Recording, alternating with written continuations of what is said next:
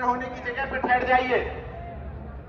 और सबसे मैं अदबन ख्वाहिश करता हूं, इमाम साहब से जो मिलना चाह रहे हैं, मुसाफा करना चाह रहे हैं, स्टेज के नीचे उतर जाइए।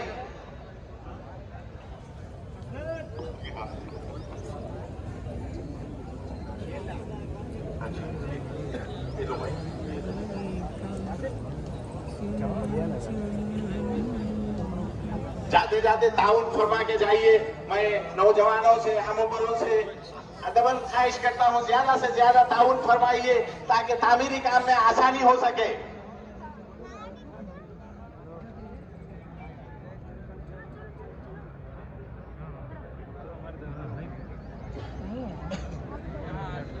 आगे पिछला